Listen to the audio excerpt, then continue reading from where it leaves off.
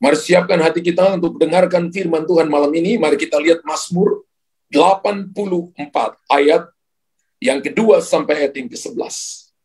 Rindu kepada kediaman Allah. Betapa disenangi tempat kediaman-Mu. Ya Tuhan semesta alam. Jiwaku hancur karena merindukan pelataran-pelataran Tuhan.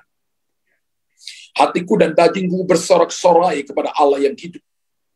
Bahkan burung pipit telah mendapat sebuah rumah, dan burung layang-layang sebuah sarang, tempat menaruh anak-anaknya. Pada mesbah-mesbah-Mu ya Tuhan, semesta alam ya Rajaku dan Allahku. Berbahagialah orang yang diam di rumah-Mu, yang terus-menerus memuji-muji Engkau. Selah. Berbahagialah manusia yang kekuatannya di dalam Engkau, yang berhasrat mengadakan syiarah. Apabila melintasi lembah Baka, mereka membuatnya menjadi tempat yang bermata air.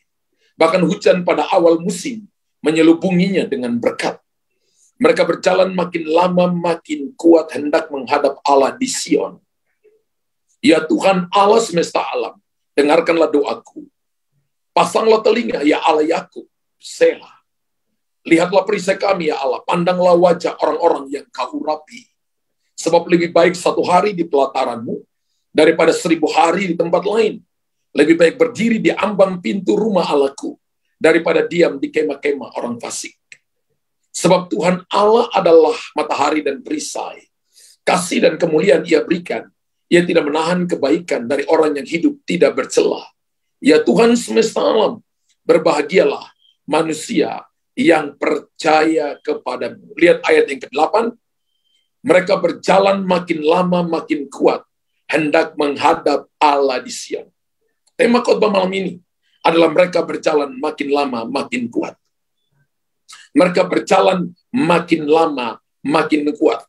Tidak dikatakan bahwa kalau kita ikut Tuhan makin lama makin lemah, makin lama makin lesu, makin lama makin letoi, makin lama makin lemah. Tidak. Tapi Alkitab katakan mereka berjalan makin lama makin kuat. Haleluya. Hendak menghadap Allah di Sion. Saudara, kalau kita bisa merenungkan apa yang telah terjadi sampai pada hari ini, tentu ada kalanya kita mengalami lembah Baka. Betul Bapak Ibu? Banyak kali kita mengalami lembah-lembah pergumulan. Lembah-lembah yang tidak mengenakan sesuai dengan pengharapan ekspektasi kita. Sesuai dengan kerinduan kita. Ada banyak hal yang Bapak Ibu rindukan, Bapak Ibu inginkan sampai hari ini, Bapak Ibu belum alami. Tapi Tuhan mau kita harus berjalan makin lama, makin kuat, hendak menghadap Allah di Sion. Mengapa? Kita berjalan bersama dengan Tuhan. Makin lama, makin kuat. Kalau hari ini, Bapak Ibu dan saya sedang ada di dalam pergumulan, ada dalam tantangan kehidupan. Bapak Ibu belum menghadapati apa yang Bapak Ibu rindukan. Belum dapat apa yang Bapak Ibu doakan. Maka tetaplah berjalan bersama dengan Tuhan. Karena ketika Bapak Ibu berjalan bersama dengan Tuhan, maka kita makin lama makin kuat. Katakan amin. Mengapa? Pertanyaannya, mengapa kita berjalan bersama dengan Tuhan makin lama makin kuat? Hal yang pertama itu adalah kita tidak akan mengalami kesendirian, tidak sendirian. Kalau Bapak Ibu baca tentang Mazmur 84 ini maksud saya, ayat yang kedua sampai ayat yang ke-11, maka ini judulnya adalah rindu kepada kediaman Allah. Mereka sedang mengadakan syiarah. Ya. Mereka sedang pergi beribadah. Mereka sedang pergi beribadah kepada Allah di Sion. Dan untuk mereka pergi mengadakan syiarah kepada Allah di Sion, mereka harus melewati yang namanya sebuah perjalanan. Kalau Bapak Ibu baca di atas itu adalah untuk pemimpin biduan. Ini kan lagu dari Bani Korah. Karena mereka sedang mengadakan syiarah. Pergi ke Yerusalem, saudara ya. Pergi ke Yerusalem. Dan Alkitab katakan bahwa untuk pergi beribadah kepada Allah, kalau mereka tinggal jauh dari Yerusalem, untuk mereka sampai di Sion, mereka harus sehati, mereka harus belajar sepakat dan seiman. Karena pada waktu itu ketika orang mau berjalan ke Sion, mereka harus berjalan sama-sama. Mereka tidak boleh berjalan sendiri-sendiri. Alasannya kenapa mereka harus berjalan bersama, Mereka tidak boleh berjalan sendiri karena mereka akan melewati yang namanya lembah baka. Dan saya percaya bahwa ketika kita berjalan bersama-sama, maka melewati lembah baka, maka kita akan menjadi lebih kuat. Dalam Alkitab dikatakan, jika 2 atau 3 orang sepakat meminta apapun di bawah kolong langit ini, menurut Matius 18:18-20, maka Allah akan menjawab doa-doa mereka. Artinya ketika Bapak Ibu berjalan bersama, tetap ada keintiman suami dan istri, orang tua dan anak, teman dan teman, rekan dan rekan, kita bersepakat, kita sehati, kita sejiwa, berjalan bersama-sama dalam ibadah, sekalipun ada pergumulan, dalam kesepakatan, maka Tuhan akan menjawab doa. Kata sepakat itu dipakai dari bahasa aslinya itu adalah simponeo. Simponeo itu artinya harus beberapa orang dalam satu. Beberapa orang dalam satu pikiran, satu hati, satu iman. Makanya simponeo, kemudian kita dapat kata simponi, komunitas atau persekutuan, komunion, ya, atau sebuah komunitas. Atau saya sebut dengan simponi itu adalah sesuatu yang harmonis. Itu sama seperti sebuah orkestra. Ya, orkestra itu ada gitar akustiknya, ada gitar listriknya, ada bassnya, ya, ada drumnya, ada keyboardnya, ya, mungkin ada alat musik yang lain dimainkan bersama-sama dalam satu nada, ada simfoninya, ada yang nadanya tenor, bariton, bass, ya, itu dimainkan bersama-sama untuk sebuah tujuan dan dinyanyikan bersama-sama, makanya itu dinamakan simponeo. Kita boleh berbeda dalam pendapat, tapi ketika firman Tuhan katakan ya, kita harus satu di dalam visi, dan kita tidak boleh sendiri-sendiri. Ketika Bapak Ibu sendiri-sendiri, maka kita mudah dikalahkan. Tapi ketika kita simponi, harmoni, maka Bapak Ibu akan dengar sebuah keindahan yang didengar oleh banyak orang. Bahkan akan dinikmati oleh Tuhan. Mazmur 133 ayat 1 sampai ayat yang ketiga, salah satu dasar kehadiran Tuhan itu adalah berkat-berkatnya diperintahkan ketika kita ada di dalam yang namanya harmoni. Kemudian kita dapat harmonis. Haleluya.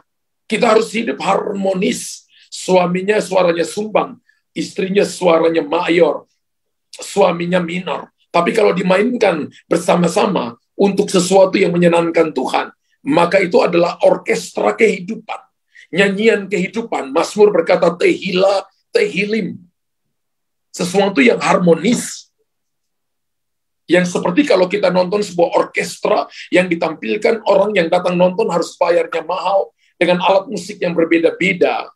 Ya, saya pernah nonton di YouTube itu, ketika sebelum orkestra dinyanyikan, mereka harus ngetes dulu alat-alat mereka. Nggak enak banget, kupingnya sakit. Satu-satu main alat musik, nggak enak. Tapi saya lihat ketika mereka mainkan bersama-sama, wow, ulu kuduk berdiri, saudara. Ya, harmonisasi luar biasa terjadi. Kalau kita tampil sendiri-sendiri, nggak enak. Tapi kalau kita tampil bersama-sama, ada perbedaan, maka orang akan melihat kehadiran Tuhan di sana. Bersama-sama di sini, pertama adalah bersama dengan Tuhan. Maksud saya bersama-sama di sini adalah bersama dengan Tuhan, lalu kita bersama dengan orang lain. Bersama dengan Tuhan artinya Bapak Ibu punya keintiman dengan Tuhan. Kalau kita punya keintiman dengan Tuhan dalam doa, keintiman dalam Tuhan dalam firman, keintiman dalam Tuhan dalam ketaatan kepada Tuhan, maka kita bisa intim dengan orang lain. Kita mudah menerima orang lain sekalipun dia ada kelemahan, dia punya begitu banyak kekurangan, tapi kita mudah menerimanya. Orang kalau nggak intim dengan Tuhan, mereka suka sekali menilai orang lain. Mereka suka sekali menghakimi orang lain dan menjatuhkan orang lain.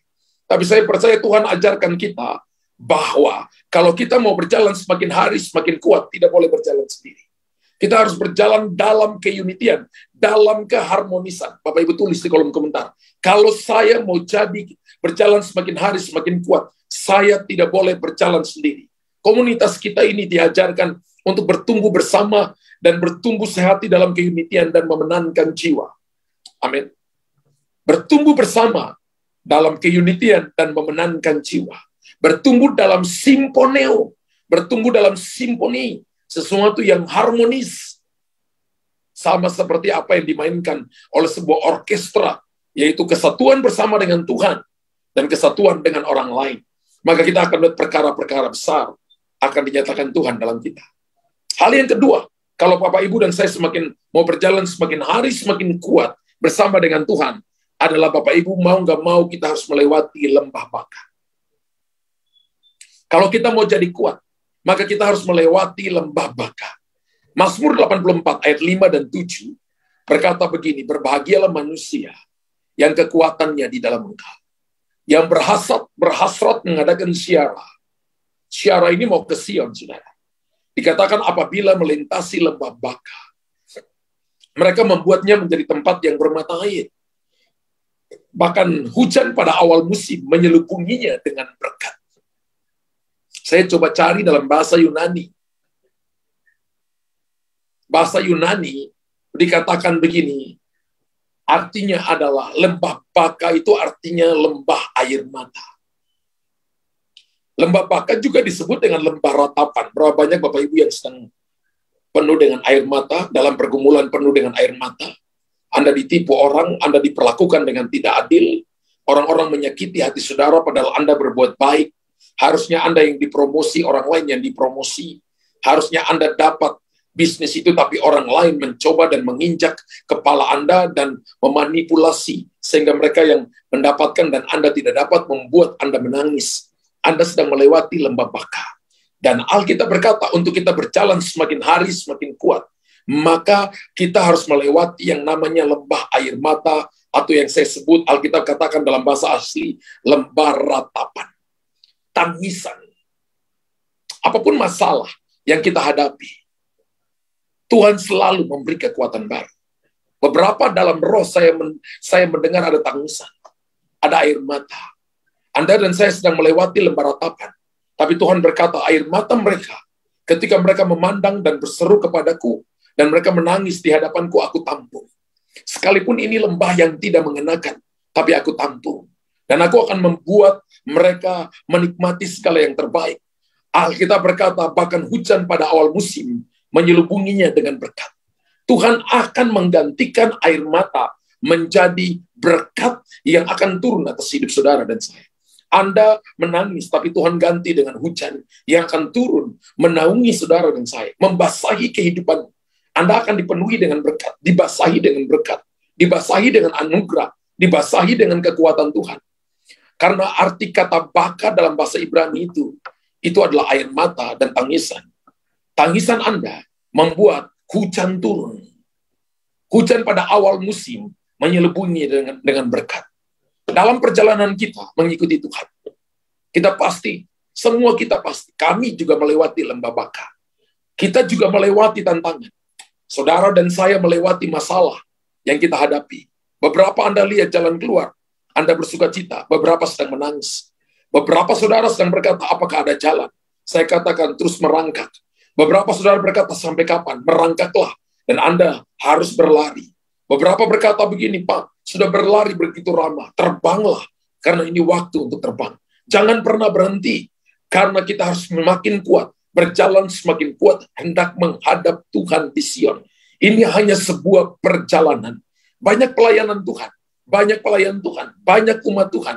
Pada waktu melewati lembah baka, mereka tidak kuat, mereka mundur, dan mereka hancur. Beberapa sakit hati, beberapa kecewa, beberapa tidak mau lagi datang ibadah, beberapa tidak mau masuk ke gereja, beberapa berkata, saya tidak mau lagi baca Alkitab, dan tidak mau lagi punya kehidupan yang intim dengan Tuhan. Mereka putus asa, karena mereka melewati lembah baka.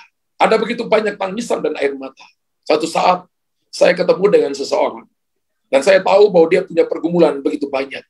Dia sudah berdoa kurang lebih 7 tahun, menuju 8 tahun.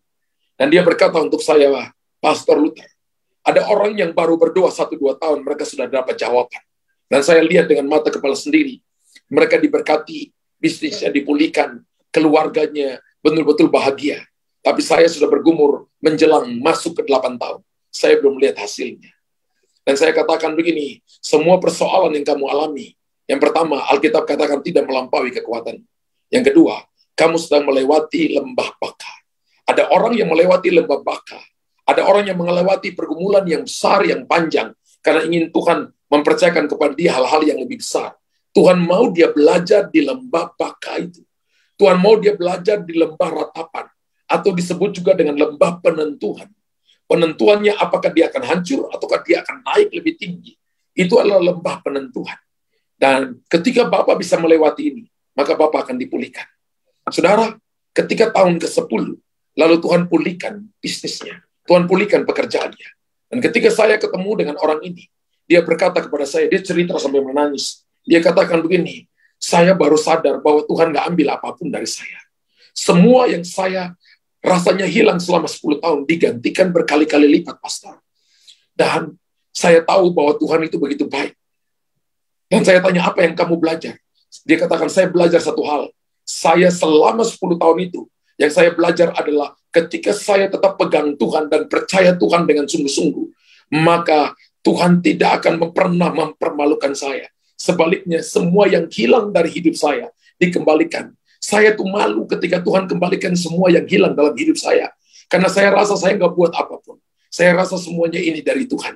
Sekalipun saya rasa jangka waktunya panjang. Istri saya, teman saya, saudara-saudara saya katakan, kenapa kamu terus bergantung kepada Tuhan? Kamu bisa ke paranormal, kamu bisa ke orang pintar, tapi kamu kenapa bergantung kepada Tuhan? Dan saya selalu berkata, Tuhan tidak pernah terlambat dan tidak pernah mengecewakan saya. Mungkin hari ini Bapak Ibu sedang bergumul, 5-10 tahun. Tuhan nggak ambil apapun dari saudara. Anda sedang melewati lembah yang panjang, lembah yang dalam. Dan satu waktu nanti Tuhan akan kembalikan itu kepada saudara. Ingat ceritanya Ayub. Ayub alami itu 7 tahun. Tapi ketika Tuhan pulihkan 2 kali lipat. Berapa banyak yang mau 2 kali lipat? 2 kali lipat itu bukan 2 tambah 2 jadi 4, no. 2 kali lipat itu berlipat-lipat kali ganda. Berapa banyak yang mau? Tuhan itu tidak pernah pas-pasan. Dia selalu more than enough, lebih daripada cukup. Tuhan mau memberkati umat Allah.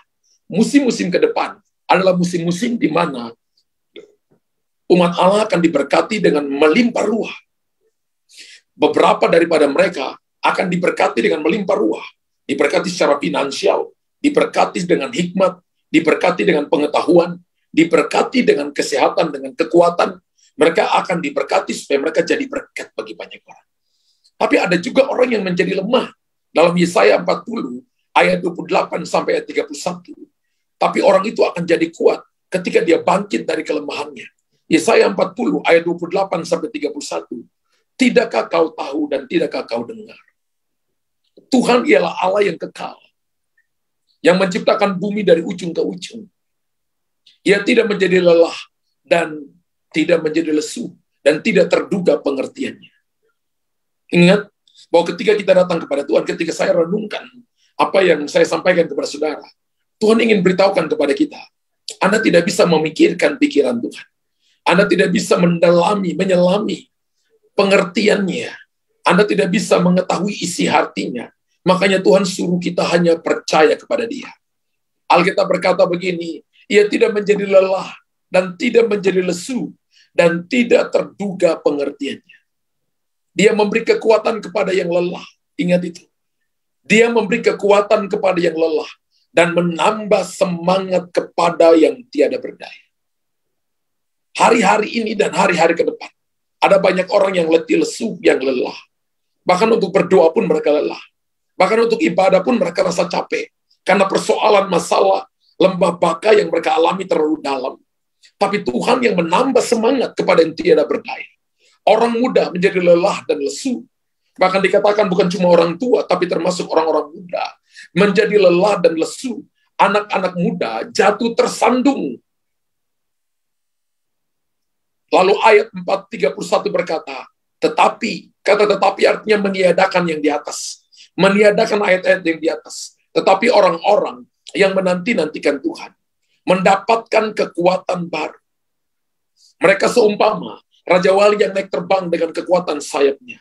Mereka berlari dan tidak menjadi lesu. Mereka berjalan dan tidak menjadi lelah. Alkitab berkata kata kuncinya ketika Bapak Ibu sedang melewati lembah baka adalah menanti-nantikan Tuhan. Kata menanti-nantikan Tuhan bahasa Ibraninya adalah kafa, ki, alfa, Victor, alfa, hotel. Kafa itu artinya menunggu dengan sabar bahwa jawaban sudah datang kepada saudara. Hari ini mungkin Bapak Ibu sedang menunggu, tapi Alkitab katakan Bapak Ibu harus bersabar menunggu. Pak, saya sudah sabar 1 tahun. Tambah 1 kata di depan sabar. Panjang sabar. Haleluya. Tuhan mau kita panjang sabar. Beberapa berkata, saya sudah sabar, tapi tambah kata di depan itu, panjang sabar. Ayat di atas, orang-orang yang menanti-nantikan Tuhan mendapatkan kekuatan baru.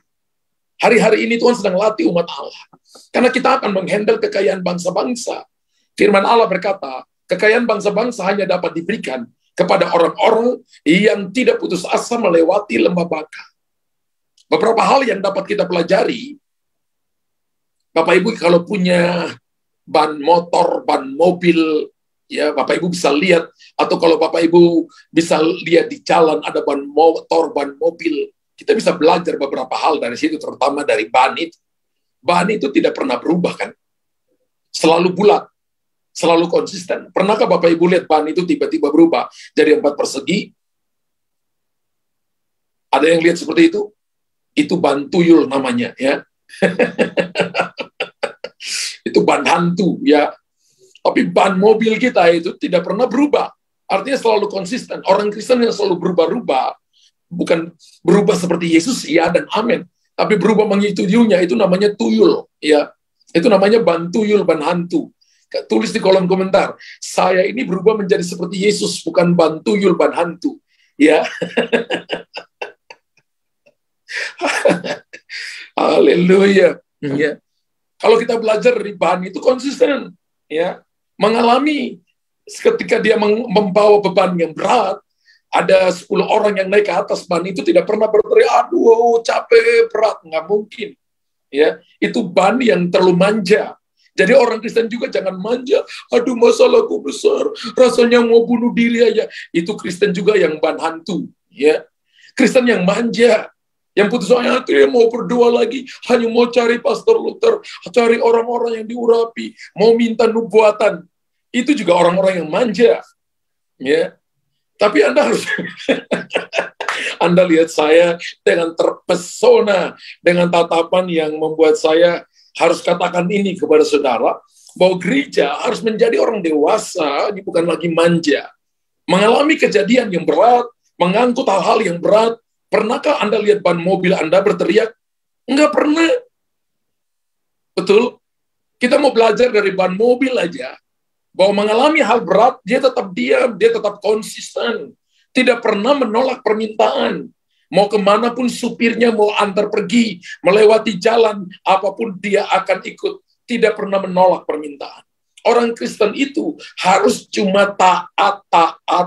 Menunda itu bagian daripada ketidaktaatan. Dan ingat bahwa ban mobil tidak pernah sendiri. Ban mobil itu ada 4 bagi mobil pribadi kita. Mobil yang ngangkut berat-berat itu ada ban mobil sampai 24, ada yang 8, ada yang 16. Tapi mereka butuh kerjasama, senang bekerja sama. Tidak mungkin ada satu yang berjalan ke timur, ke barat sendiri, ke utara sendiri. Itu juga namanya ban hantu dan ban setan, ya. Ban gundul, bukan begitu. Ya, Tuhan nggak mau kita jadi orang Kristen yang maunya mengikuti keinginan sendiri. Tapi Tuhan mau kita bekerja sama, tidak menonjolkan diri. Ya, tetap rendah hati, punya humility.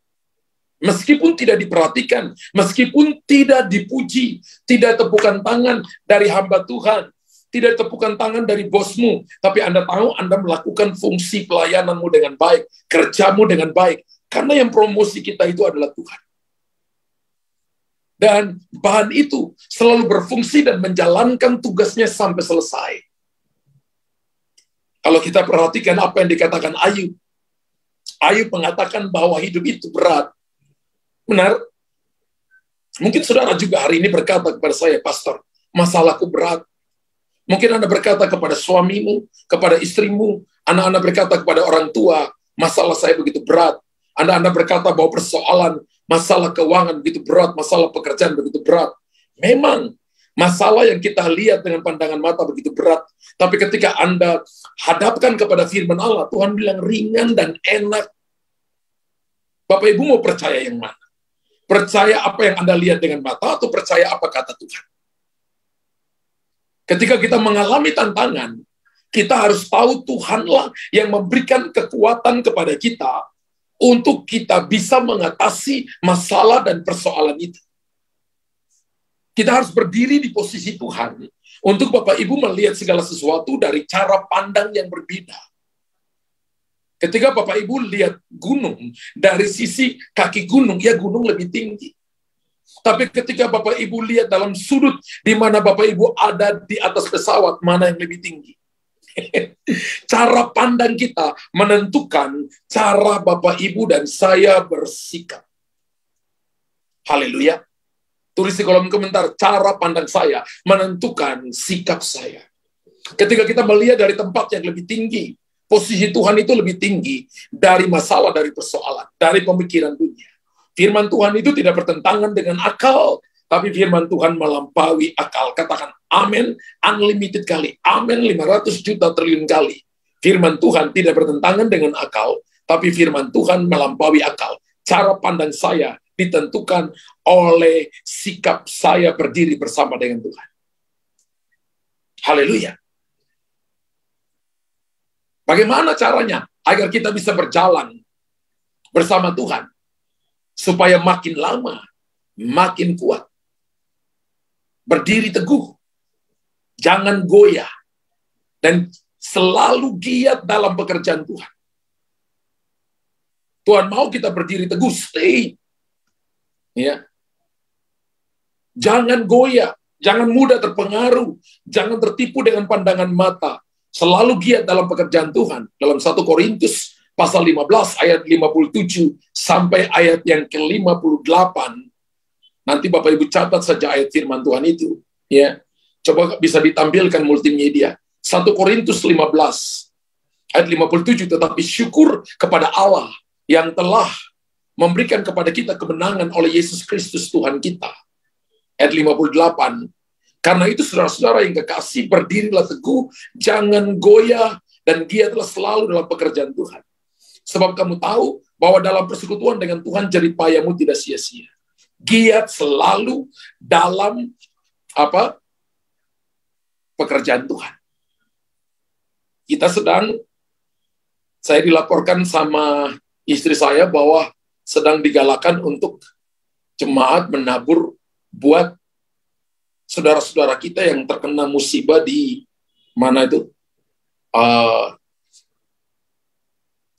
Cianjur.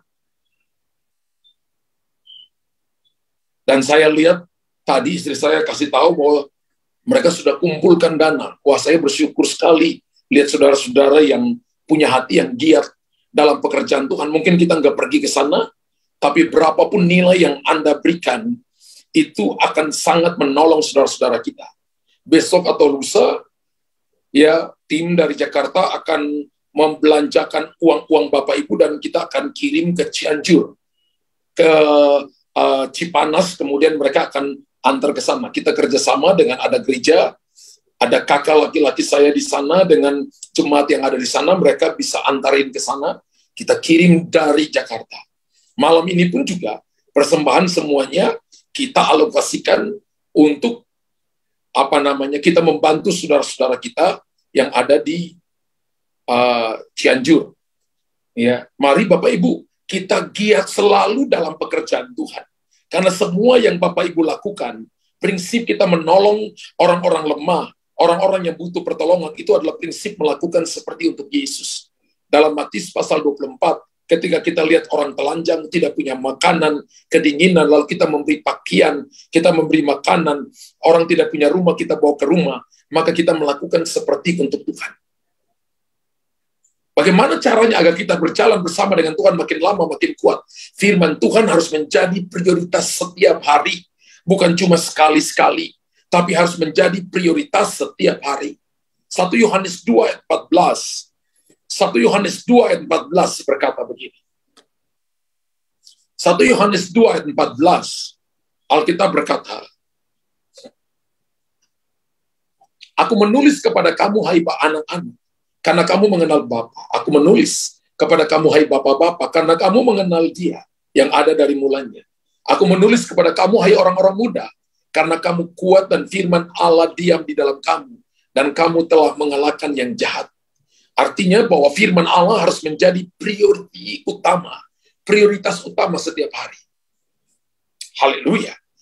Yang berikut adalah tidak terbawa arus. Harus melawan arus. Ikan yang terbawa arus itu ikan mati. Ikan yang menentang arus itu ikan salmon. Ikan salmon itu mahal, Bapak Ibu. Betul? Ibrani pasal 2 ayat yang pertama berkata begini. Ibrani pasal 2 ayat yang pertama. Dikatakan, karena itu harus lebih teliti kita memperhatikan apa yang telah kita dengar. Supaya kita jangan hanyut di bawah arus. Makanya saya nggak senang dengar ada orang bilang, kita nge-flow aja, pastor. Nge-flow itu supaya kita jangan hanyut terbawa arus. Ikan mati itu terbawa arus. Tuhan mau kita jadi ikan yang menantang arus, ikan salmon. Haleluya. Menantang arus itu nggak enak, saudara. Masalah persoalan datang, tapi kita berenang menantang arus. Tapi kalau Anda terus menantang arus, lama-lama Anda ketemu dengan sumber arus. Anda tidak akan kekurangan, Anda akan makan sepuasnya, Anda akan berkecukupan, bahkan berkelimpahan. Orang yang kuat tidak akan peduli dengan orang lain dan mempunyai integritas. Saudara dan saya, Tuhan mau kita memiliki integritas. Integritas itu apa yang ada di hati saudara dan saya, yang dilihat oleh Tuhan, dan satu waktu bisa dilihat oleh manusia. Ibrani pasal 4 ayat yang kedua berkata, Tuhan mau juga bahwa kita untuk berjalan semakin hari semakin kuat, harus bertumbuh dan menjadi dewasa. Ibrani 4 ayat yang kedua, dikatakan karena kepada kita diberitakan juga kabar kesukaan, sama seperti kepada mereka. Tapi firman pemberitaan ini tidak berguna bagi mereka, karena tidak bertumbuh bersama-sama oleh iman dengan mereka yang mendengarnya. Harus bertumbuh dan menjadi dewasa. Ada orang yang tidak mau mendengarkan firman, sehingga dia tidak bertumbuh dalam Tuhan. Orang yang berjalan semakin hari semakin kuat juga, percaya bahwa Roh Kudus dalam kita lebih daripada roh yang ada dalam dunia. Roh yang ada dalam saudara dan saya lebih besar daripada roh yang ada di dalam dunia. 1 Yohanes pasal 4, ayat yang keempat, kalau Bapak Ibu lihat ayatnya. Ya, 1 Yohanes pasal 4, ayat yang keempat. Dan Tuhan mau Bapak Ibu dan saya menikmati semua yang terbaik. Kamu berasal dari Allah, anak-anakku. Dan kamu telah mengalahkan nabi-nabi palsu itu. Sebab roh yang ada dalam kamu lebih berkuasa, lebih besar daripada roh yang ada di dalam dunia. Katakan, roh yang ada dalamku lebih besar daripada roh yang ada dalam dunia. Wow. Firman itu sudah ada dalam kita. Dan Bapak Ibu akan menjadi kuat dalam Tuhan. Amin. Melewati lembah Baka, Bapak Ibu berjalan sendiri, tidak boleh berjalan sendiri, harus berjalan bersama-sama dengan orang-orang percaya, dengan orang-orang yang takut akan Tuhan, orang-orang yang seiman. Maka saya percaya bahwa kita akan berjalan semakin hari semakin kuat. Karena yang Tuhan mau dalam hidup kita, bahwa firman Tuhan dan hadirat Tuhan itu harus menjadi prioritas utama. Dan harus menjadi sebuah kepastian, menjadi sebuah nilai yang berharga. Sehingga kalau itu nilai yang berharga, maka kita harus bayar harga untuk mendapatinya. Haleluya. Karena semua pelayanan yang kita lakukan untuk Tuhan, saya percaya meskipun ada tantangan, semua bisnis yang kita lakukan pasti ada tantangan. Pekerjaan pun ada tantangan. Membangun sebuah keluarga pun pasti ada tantangan. Segala sesuatu yang datang dari Tuhan ada tantangan. Meskipun orang lain tidak bisa melihat, atau Anda dan saya tidak bisa melihatnya. Tapi saya percaya bahwa kepercayaan imanmu yang terus melangkah dengan Tuhan akan membuat satu waktu nanti kita bisa melihat apa yang awalnya tidak bisa lihat. Kita akan bisa melihatnya karena Tuhan yang memberikan kepada kita kekuatan untuk kita sampai kepada janji-janjinya. Tuhan memberikan kita kekuatan untuk kita menanti-nantikan Tuhan. Dan apabila kita berjalan dengan Tuhan, makin lama makin kuat, maka kita akan memperoleh segala yang terbaik daripada Tuhan.